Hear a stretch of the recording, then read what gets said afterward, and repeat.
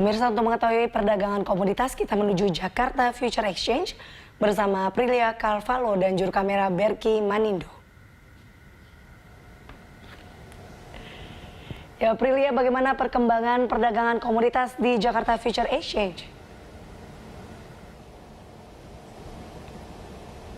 Ya, Elisa dan juga pemirsa, untuk update pukul 3 sore di Bursa Berjangka, sejumlah komoditi yang diperdagangkan yaitu kopi diperdagangkan sebesar 680 lot, emas 4.660 lot, dan juga olain 776 lot. Dan untuk mengetahui komoditi apa saja yang diperdagangkan di Bursa Berjangka dan juga apa saja yang menarik di sini, dan juga sentimen-sentimen yang mempengaruhi, saat ini saya sudah bersama dengan Chen Liyani, analis Didimex Berjangka.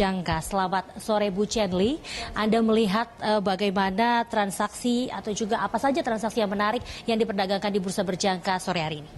Ada 3 bursa berjangka atau komoditas yang sedang mendominasi saat ini. Itu ada di kopi dengan volume transaksi sekitar 680, ada di olain dengan volume transaksi 776, dan juga di gold dengan volume transaksi 4.660.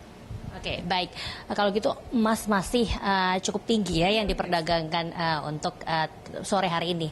Kalau kita berbicara soal sejumlah sentimen yang mempengaruhi perdagangan di Bursa Berjangka, baik itu dalam negeri dan juga luar negeri. Kalau dalam negeri sendiri, Bank Indonesia baru saja menurunkan suku bunga acuan senilai 25 basis poin. Anda melihat bagaimana dampaknya, dan juga kalau kita berbicara soal sentimen global, Anda melihat bagaimana, apa pengaruhnya terhadap, kalau kita berbicara secara spesifik satu komoditi yaitu emas, bagaimana dampaknya terhadap harga emas? Untuk sentimen market dalam negeri sendiri itu bukan tergantung tapi masuk ke penurunan harga emas Antam yang masih mendominasi dan mengekor terhadap pasar atau harga pasar di emas global spot seperti itu. Untuk di luar negerinya pun masih terfokus terhadap perang dagang antara Tiongkok dengan Amerika ya. Dan ada lagi penguatan mata uang dolar yang membuat para investor mulai meninggalkan gold, tapi harga gold pun masih tertekan di harga itu. Seperti itu.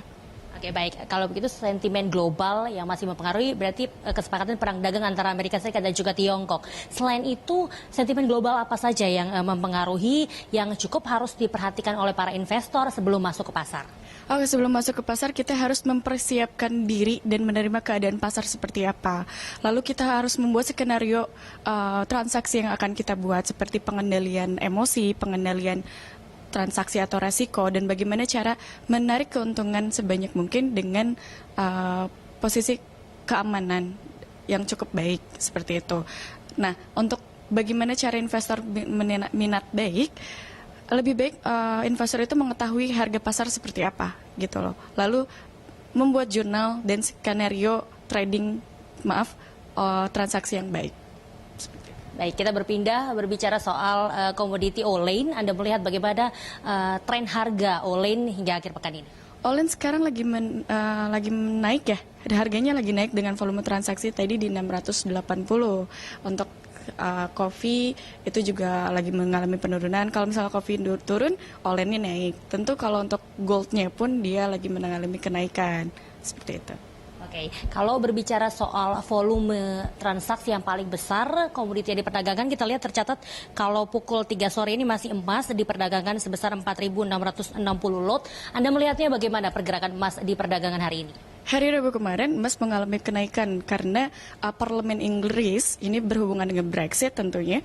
Investor lebih cenderung menyingkirkan atau lebih cenderung menyampingkan kekhawatiran mereka terhadap dampak global. Jadi mereka lebih senang atau lebih beralih sama emas lagi seperti itu. Oke, baik. Anda banyak berbicara soal sentimen-sentimen global begitu ya. Saya kembali lagi ke sentimen dalam negeri. Anda belum membahas soal Bank Indonesia yang menurunkan suku bunga acuan mereka senilai 25 basis poin. Saya mau tahu dampak signifikan terhadap harga komoditi dan juga komoditi-komoditi yang ditransaksikan di Bursa Berjangka seperti apa? Itu justru menarik investor lebih memilih transaksi seperti di Bursa Berjangka dan memilih lebih ke investasi yang enak untuk ditransaksikan seperti gold tentunya. Apalagi dengan volume transaksi yang paling besar seperti itu. Oke, baik. Bu Chenli, adakah tips begitu untuk para investor mengkoleksi komoditi-komoditi yang menarik pastinya, yang berpotensi baik? Kalau kita melihat dengan sentimen-sentimen baik itu dalam negeri dan juga luar negeri, Anda mensarankan komoditi-komoditi apa saja yang berpotensi baik bagi investor? Oke, para investor harus fokus terhadap sentimen data rilis suatu fundamental, apalagi fundamental di berbagai negara yang berhubungan dengan harga gold dunia seperti itu. Ada fundamental dari China atau Tiongkok, ada juga fundamental dari local London seperti di Inggris, dan berhubungan juga terhadap Brexit atau keluarnya Inggris dari zona Eropa, seperti itu.